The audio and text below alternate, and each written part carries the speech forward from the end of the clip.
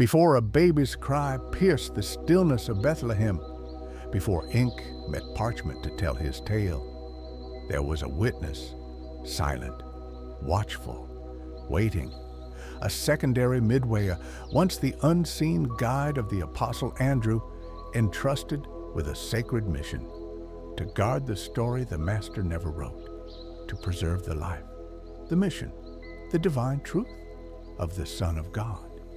Welcome to Tales of Urantia, where eternity meets history and the celestial becomes personal. And now, this is where the story truly begins. When Jesus arrived on earth, the world wasn't drowning in darkness. No, Urantia was alive, spiritually stirred, politically unified, and intellectually alert. It was the perfect hour for a divine visit. Greek language and culture created bridges from east to west. The Jews, those resilient children of Abraham, stood at the center, fluent in both spirit and civilization. And Rome, with its might and order, built the roads that would soon carry the gospel of a kingdom not of this world. Three great forces laid the foundation: Roman law and power, Greek wisdom and words, Jewish hope and holiness. For the first time in history, the Mediterranean world was a single connected stage, ready for truth to walk upon it. In that time, Palestine was more than a province. It was the bridge between three continents, a sacred highway where cultures collided, traded, and transformed.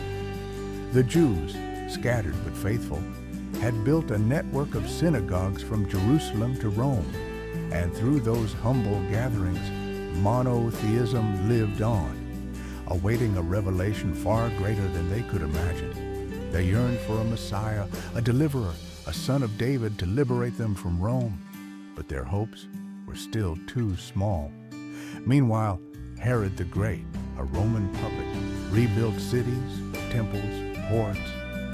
His ambition served a purpose, unknowingly preparing the land for a message that would one day reach the world. At the heart of it all stood the temple, still burning with the promise of a God not just of Israel, but of all mankind. Beyond the borders of Judea, the Roman world was sharply divided. At the top, aristocrats and wealthy merchants. In the middle, a small rising class of tradesmen and thinkers.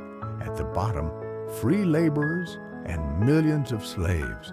Yet it was here, among the forgotten and the broken, that the early church found its footing. Slaves rose in faith, the poor found meaning, and the gospel echoed through alleyways and palaces alike. Christianity wasn't a social revolution, it was a spiritual awakening. While the Jews guarded their law, the Gentiles chased ideas. Epicureans searched for happiness. Stoics worshipped reason and fate. Cynics preached virtue and simplicity in the streets. Skeptics believed in nothing and questioned everything. Brilliant minds, beautiful thoughts, but no one answered the soul's cry. Who am I in the eyes of the divine? Religion was ritual. It was national pride. It was mythology. They worshipped emperors, read the stars, chanted secret rites and mystery cults that promised salvation, but never delivered peace. But in their confusion was hunger, a cry for meaning, a longing for love, and into that longing came Jesus, not with temples or secrets, but with truth, not a myth, but a man, not another ritual, but a relationship. He didn't ask for sacrifice, he offered sonship. He didn't promise magic, he revealed the Father.